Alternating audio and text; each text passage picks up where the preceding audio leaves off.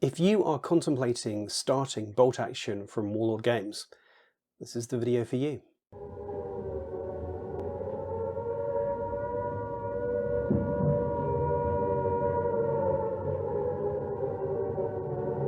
Welcome to the Dice Gods, my name is Hydra, and today we are going to be looking at the story so far for the Dice Gods regarding bolt action from Warlord games. Before we get into that, please do all the good stuff, like, share and subscribe, and if you like bolt action and you want to see more on the channel, please consider becoming a channel member or signing up for our Patreon, because it helps us, and then we can do more stuff, and we will do more stuff, so please consider doing that one. I first decided to get into bolt action when I had the wonderful interview with Marcus from Warlord Games towards the end of last year. It was around the time that version 3 was coming out, and I had a chat with him. It was really interesting. It's on the channel. I recommend you check it out.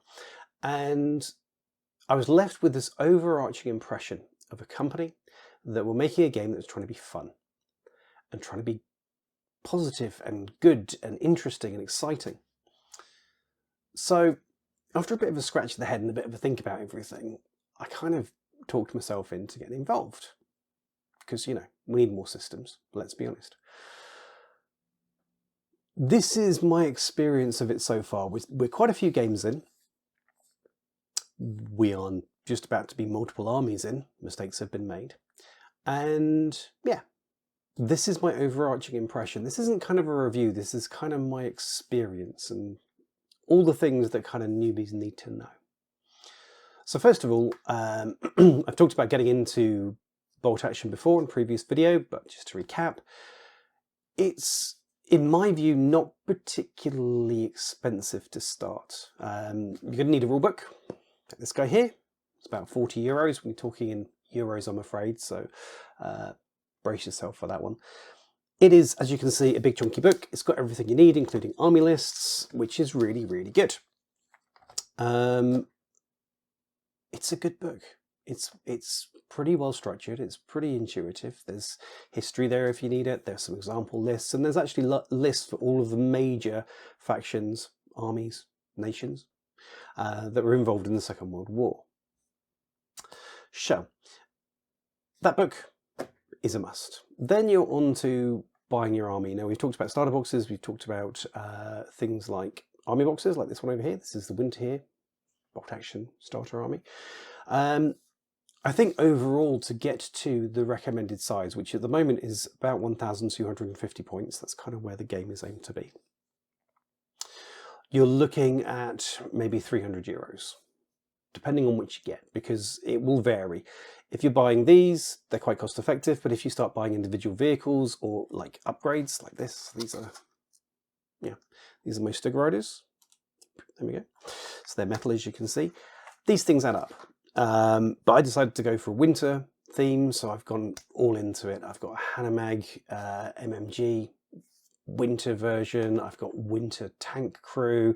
I've got my Stig Riders in winter. I've got all the winter stuff as well as all the vehicles. And when I say all the vehicles, we'll cover more of that in a minute. So it depends how far you want to go into it. It depends how deep you want to go into it. It depends which army you go. Like, some armies are cheaper, so you get more stuff. If you want to go for a more sort of expensive elite army, it's going to be cheaper. So yeah, if you sort of look around that 250, 300, I guess, that's a reasonable price. That's a reasonable sort of guesstimate of what it'll cost you. I've been buying directly from Warlord. I kind of decided I wanted to go Warlord only. I know there's other systems out there, there are other manufacturers out there, and they're great. I've seen, and I've actually worked with like Rubicon before. I've looked at their miniatures, their models, sorry, and I've made them before.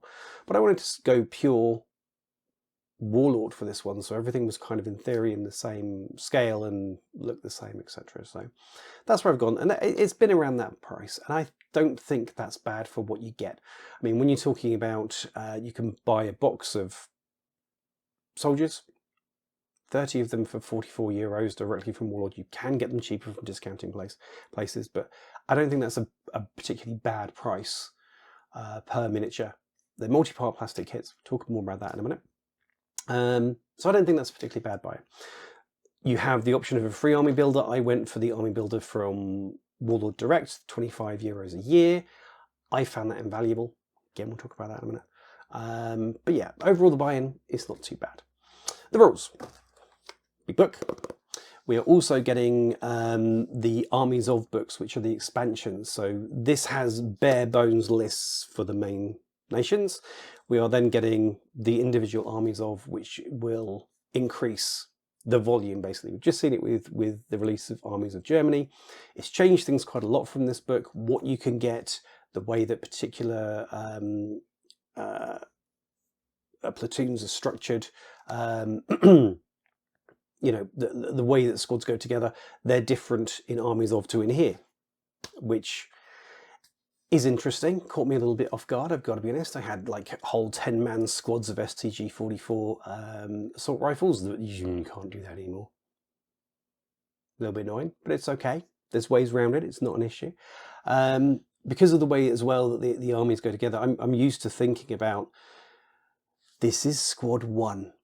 And they go together and they go over here. You kind of don't do that with bolt action. You have X-Men with rifles, X-Men with MMGs, and X-Men with SMGs and assault rifles, and then you mix and match them together. So it's a very different way of thinking. The rules in this book, to get back to that, in this core book, I found them easy to understand for the most part. There's a couple of bits that have needed polishing, and I think we're going to see FAQs and clarifications from Warlord. I think there have been some already. But on the whole, the rules are incredibly easy to pick up. They're incredibly simple to get your head around. There is depth there. There is tactical decisions that you make that will impact the way the game plays. That's absolutely true. But picking up the core rules is incredibly simple. You know, you start the turn, you have a bag of order dice, you pull one out, whoever's colours it is then activates a unit. That unit has 6 options of stuff they can do, basically. If you want to shoot something, you hit on a 4+, and there's a couple of modifiers, but everyone hits on a 4+. If you then hit it, you wound it based on its quality. So if it's regular, then it's a 4+. If it's a veteran, it's a 5+. If it's inexperienced, it's a 3+. It's really simple. You get the core rules down really quickly, which was scary. I started making sense of this rulebook quite quickly, and although there are nuances and there are specific ones for specific nations, the core engine behind it is really accessible and really easy to get your head around. I would say, if you are a history buff, this is the game of the movie of World War II. This is not a piece of historical reenactment. It is not supposed to be. It is not. It is more casual. It is more fun. There's that word again. We're going to use that a lot. And I think that has its place. And for me personally, what I want from a World War II game, that fits perfectly. That works perfectly for me. So yeah, the rules, I still have much to learn. I still have much to commit, but they're not that scary. They're not that intimidating. And yeah, I found them really accessible and really easy to get my head around. A couple of tryout games with my good friend Martin, and yeah, it started to lock into place, and I started to see tactical options and start making aggressive decisions on the board, which, being German, is kind of my whole thing. Playing German is kind of my whole thing. The minis, we talked about the fact that, you know, they're a reasonable price. Yeah, there you go. There's a Warlord. Come on, focus. You're gonna do it. He's not gonna do it. Here is a Warlord officer for my Germans. I would say these plastic kits go together okay. Sometimes you have like the multi-part kits, so you get a sprue, and that sprue, 6 dudes, multiple different heads, multiple different weapons, multiple different options. You put them together as you want, and I found that some arms go better with some bodies. They go better with some bodies than others. So like, there's a couple of times where I tried to put an SMG together with this particular body, and then there were gaps at the back on the shoulders. You can fix that. You can put milliput or whatever in there. I used a different body because it annoyed me. I don't want to fill this. I just want to be done with it.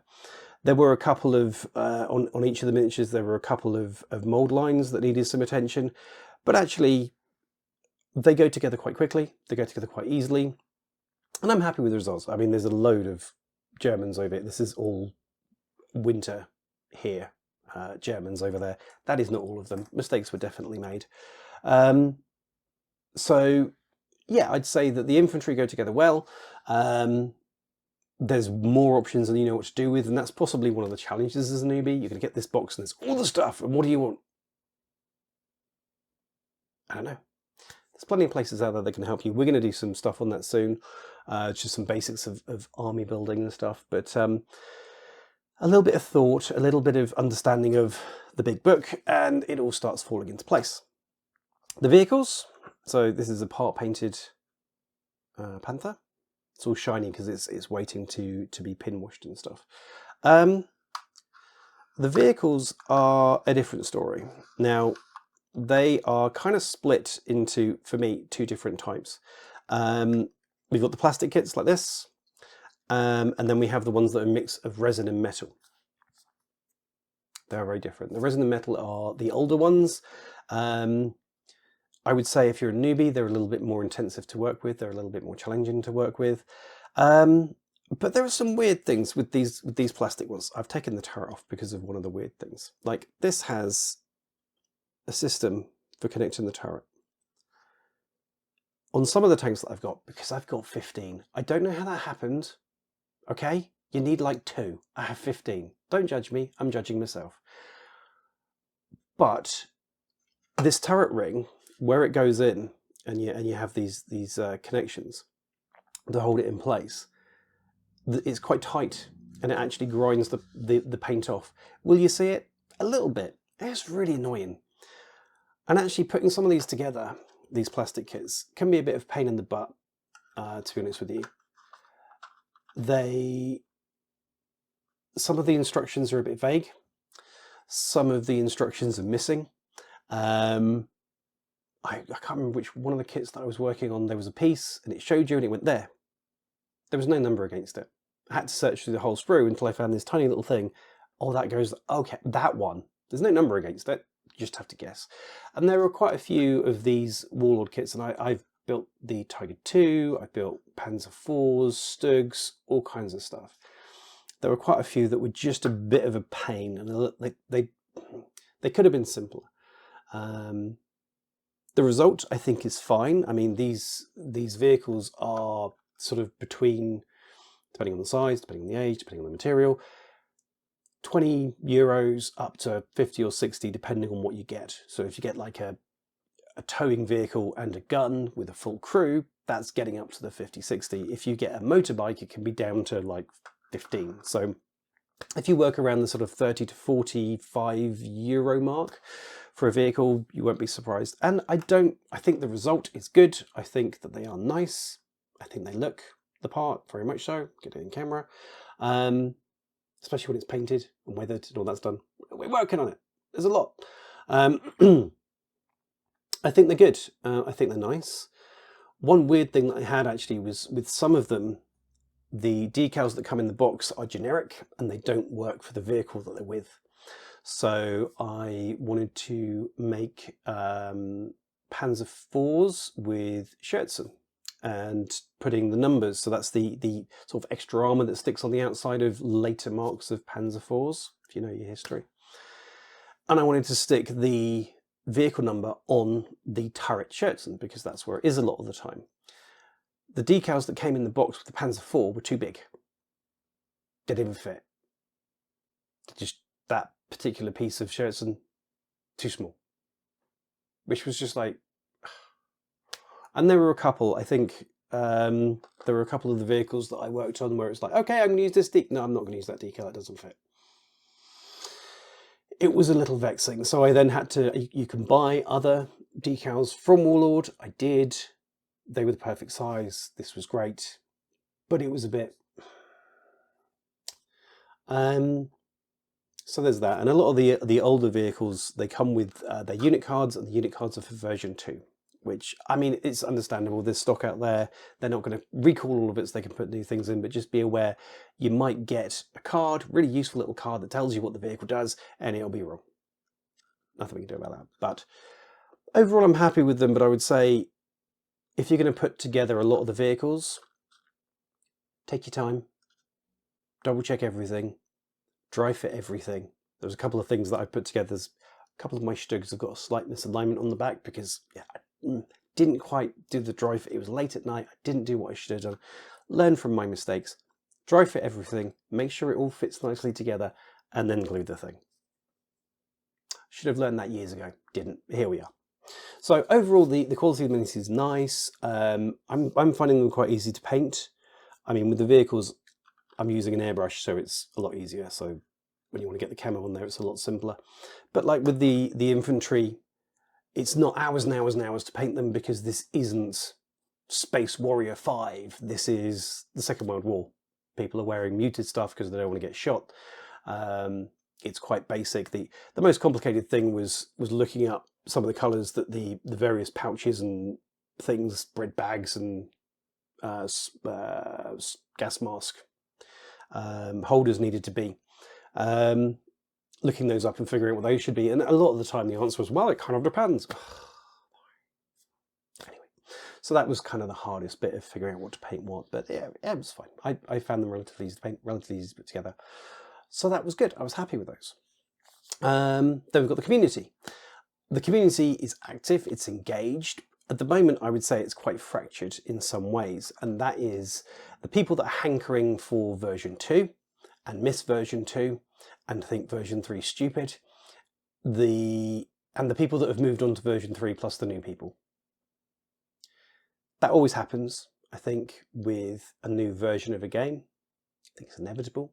Don't think it's necessarily awful, and I think over time it will change. I think it will update, but you sometimes find like somebody will ask a question in a various location on the internet, and half the responses will be happy and helpful, and the other half will be, no, it's not version 2. This is just. But the community around me in the Netherlands that I found are lovely and supportive and ready to roll and like so helpful and so ready to give input and all this kind of stuff. So that was really, really good. That's been a really positive experience locally. The online experience remains the online experience. This shouldn't be news. But if you are new and you are going to go out there and you are going to get questions and put those out to the wider internet community, just be aware of the fact that somebody's going to turn around and go, me, me, me, me, me, me, me, me, me, because it's not version 2, which is fine. If you're that person, that's fine. That's your prerogative.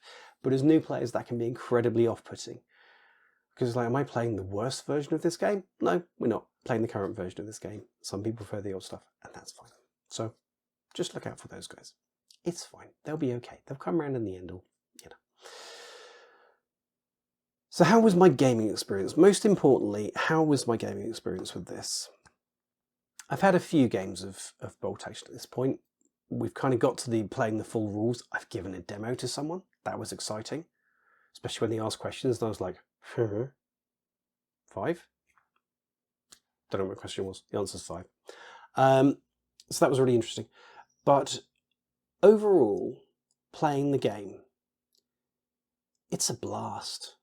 I'm really, really enjoying it. For all of the overall core simplicity of learning Bolt Action, the depth is in the game. It's on the table. It's not in the rulebook. It's in the decisions you make, the activations, the way you deal with the missions that are in front of you, the way you handle your opponent, the decisions that you make moment to moment, and the outcomes of the dice. I've really enjoyed it. I found it really addictive to play. I found it really fun to play. I have a game coming up in just over a week. We are hyped. These are all out because they need to get painted for them. Chances very small, but we're going to have a crack. It's beautiful tables. It's interesting engagements. It's what if scenarios. It's all these different choices and ways you can play, and the randomness. You start the game and you roll off to figure out deployment, and you roll off to figure out your mission. Up until then, you don't know what's going to happen, so you can't plan for that. It's just boof, the randomness of war. I have finished my games of Bolt Action, which are long, several hours. You know, this isn't a 90-minute game. This isn't an hour-long game. This is 2.5, 3 hours, depending on the size you play. I have finished them ready to go again. I could play again now.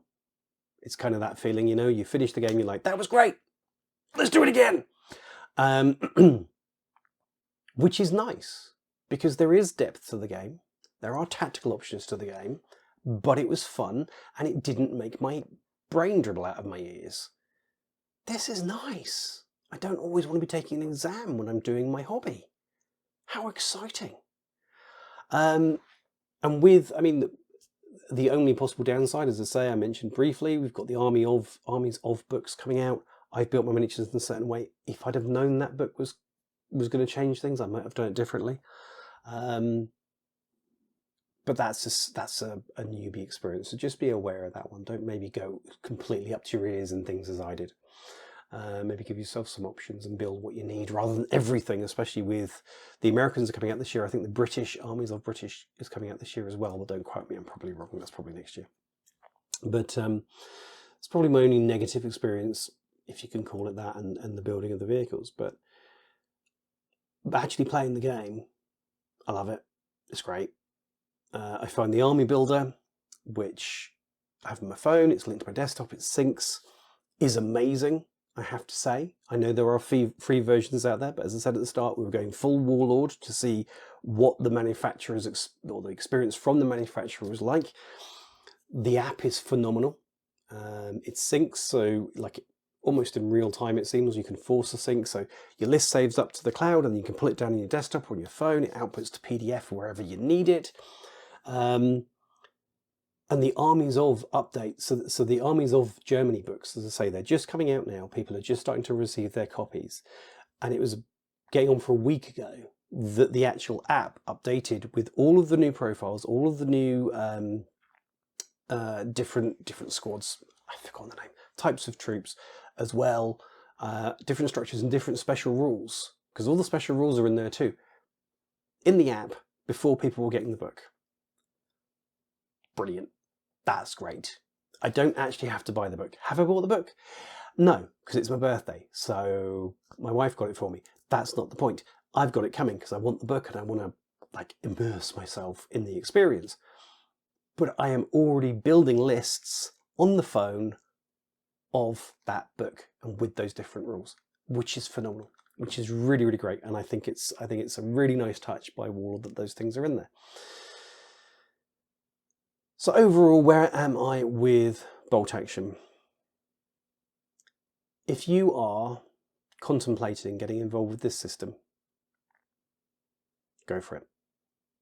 I would say my experience with my community, with the game, with Warlord as well, for the most part, they've been phenomenal.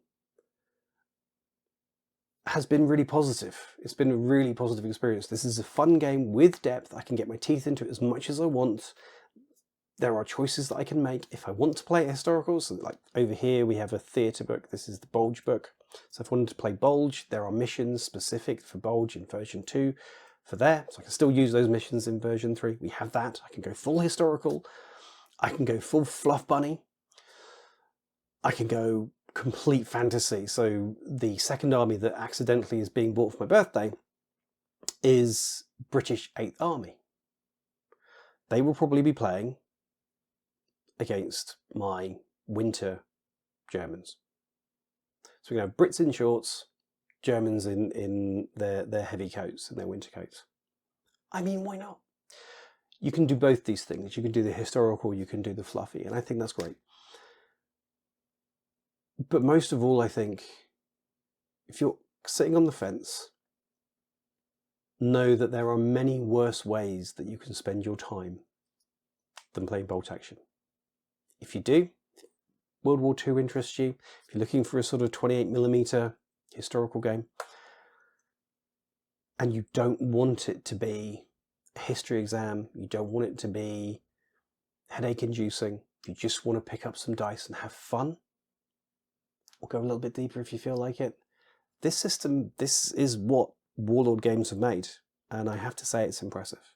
It is impressive to feel you have both of those options. So overall, much as Marcus kind of conned me into it with his enthusiasm, I have to thank him. it was a really good choice to get involved with this. And I'm thinking, there's a 3-day event for Bolt Action in August in Leicester in the UK, kind of like the championships. I'm seriously contemplating heading over there. I'm seriously contemplating getting involved in that, because that just sounds fun. You know, I think it's like six games. That sounds achievable with this system. There are other systems that I play where that sounds exhausting. That sounds like something I need a holiday afterwards. Not with this. So bravo, Warlord Games. Though this isn't a review per se, you've done a great job, and I can't wait to see what happens next. So I think from here, we're going to do a review of Armies of Germany when it comes in. The Newbie's Guide to Armies of Germany. We don't know what we're doing. Here's the book. We're going to talk a little bit about army building for new players as well, and introductions to the system and all that kind of stuff. So look forward to that coming soon. In the meantime, thank you for watching. If you want to see more Bolt Action, let us know. What's your experience if you've recently started Bolt Action? How do you find it? Anything that we've missed? Anything that you found particularly great or particularly terrible? Let us know in the comments below. Thank you so much for watching, and we'll see you again soon. Goodbye.